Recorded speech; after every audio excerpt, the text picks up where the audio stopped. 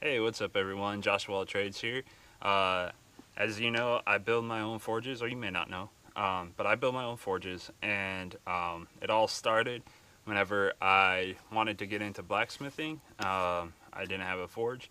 I did a lot of research, and I built multiple iterations, trying to find something that works. I did talk to a lot of people who knew a lot more than I did, and wound up settling on the design that I currently use. Um, that one that I use in all my videos is actually like my demo test forge, and it's been through a lot. It's not the most pretty thing in the world, but it works really well, and I'm very happy with it.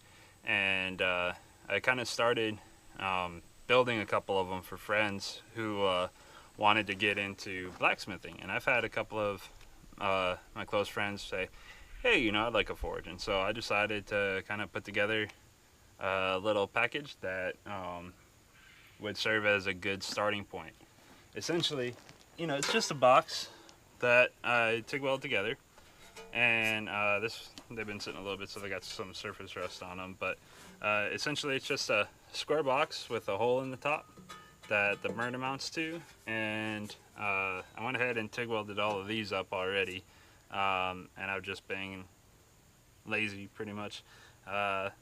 And I've got about 3 of them for people that are actually ready for them, so I figure I could go ahead and start making a quick video series of me finishing these 3 forges. But to give you a quick rundown, like I said, I welded up the box. I had these pieces cut by a local metal shop that had a shear. Before this, I was cutting them by hand with an angle grinder, and that is tedious and inaccurate. Especially because I TIG weld these and I try to do fusion welds on all of them, or autogenous, where it's self-filling. I only use filler if I need to close up a gap or anything like that. But yeah, I just weld them all together, and I had them cut in size at the place that I bought the metal from. But I did drill out the hole by myself, and I used the plug actually as a throttle plate in my burner that I make. So goes from the shell to one of these guys here, and as far as forges go, they're pretty light, but it's got the hard fire brick. It's like 1.5 inches thick, 9 inches long, 4.5 inches wide, and then on the bottom I have 1-inch layer of Inswool, and on the sides and top I have 2 1-inch layers, and they're all coated with a hard refractory. And the burner flare actually sits down in here, and it forms the nozzle on the inside too. So I found this forge to work very well. I'm surprised that it can.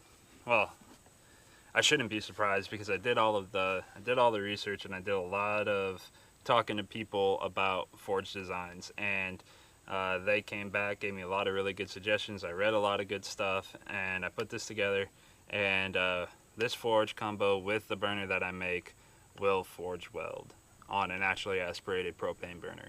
So all that to say, I have these ready to go. I built them up, and now it's just a matter of getting the doors, which are these pieces. I have to mark where they are and go ahead and cut those out. Now, the thing that I learned about this is that you don't want your opening the size of the forge opening, because you will melt the door if you have it shut. And so what I'm actually going to do for these ones is cut the opening a little big so that there's some overlap, and you'll actually see some of the inside coating of the forge when the doors are shut. But that should help reduce damage to the doors. But I do suggest that when people use these forges, that they open the doors. That way you keep the doors nice, and don't have to worry about it looking funny or whatever, or melting the doors. I actually tried forge welding with the doors shut and melted a good part of the demo forge doors, so which makes sense. But anyhow, so first thing I got to do is clean these off, and so that I can actually mark on them, and then trace them out on the inside and go ahead and mark where I think they should be with measurements, and I'll just use the actual forge surfaces for reference. So all that to be said, let's get to marking.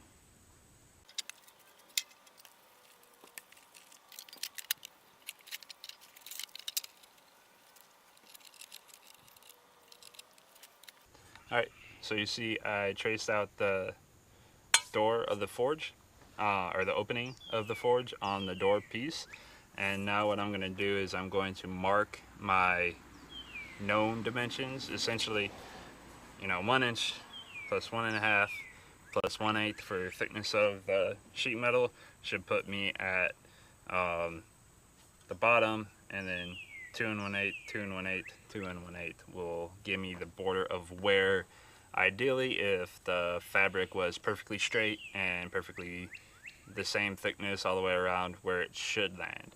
And then based off of how those marks match up with what I just traced, I'll go ahead and offset it an amount that I haven't figured out yet and get to cutting.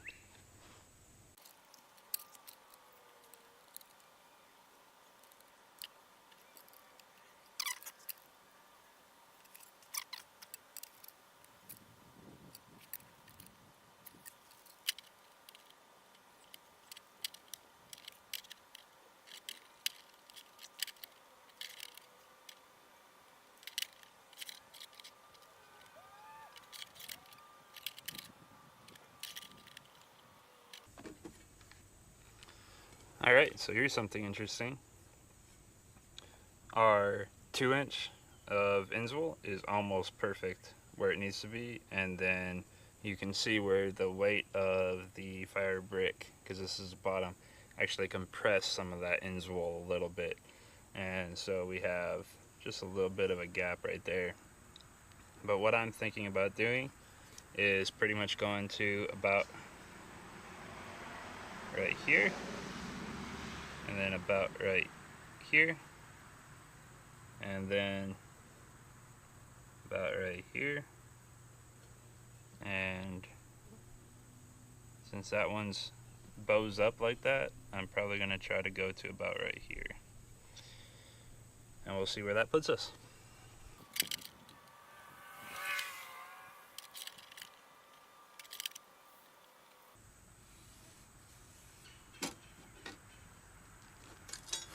Alright, so now I'm just going to cut to the outside box. But I have to do the same thing on the other door, so I'll go ahead and mark that up. That way I can cut them all at the same time.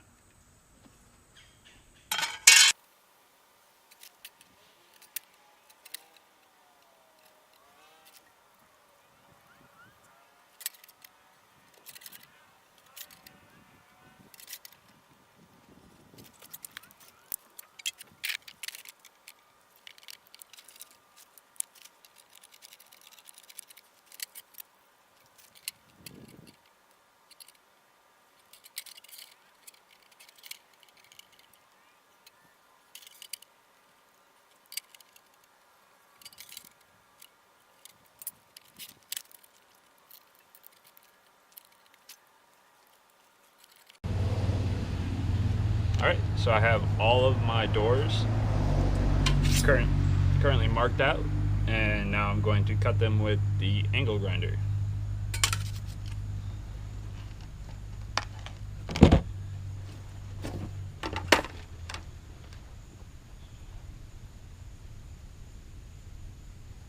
And this is going to be loud, so earplugs. I already have one in.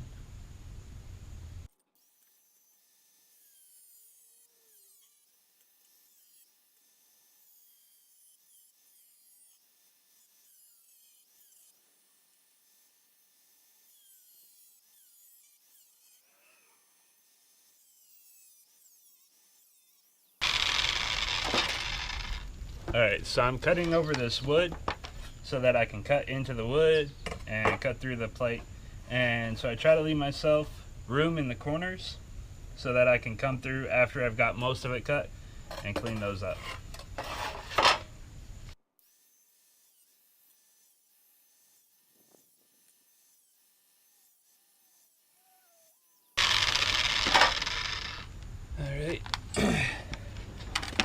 That should just leave a tiny little bit in each corner.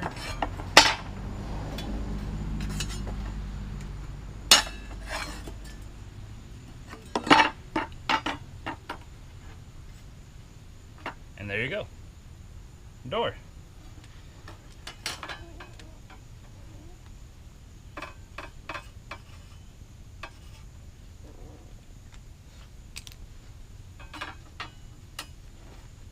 Five more.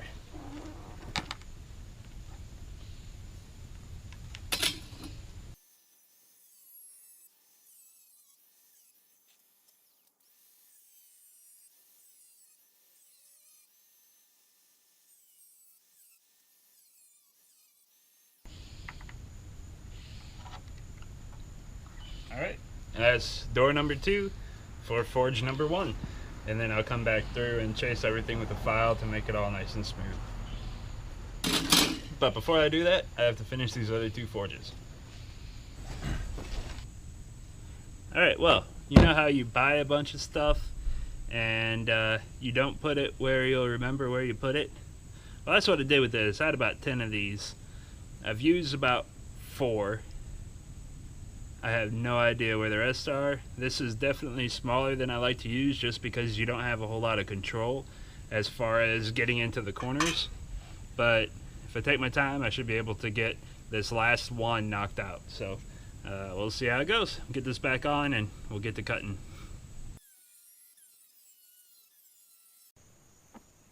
Alright, so I have all of the doors cut. And now all that's left is to clean them up with the file, and then it'll be ready for welding. So I'm going to go ahead and file these and we'll go from there.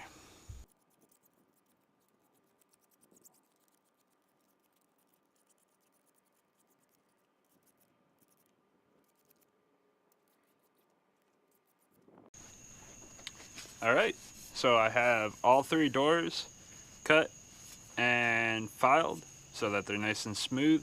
The next step here is to fit them to the boxes and weld on the hinges to the doors and to the forge, and we'll start taking shape.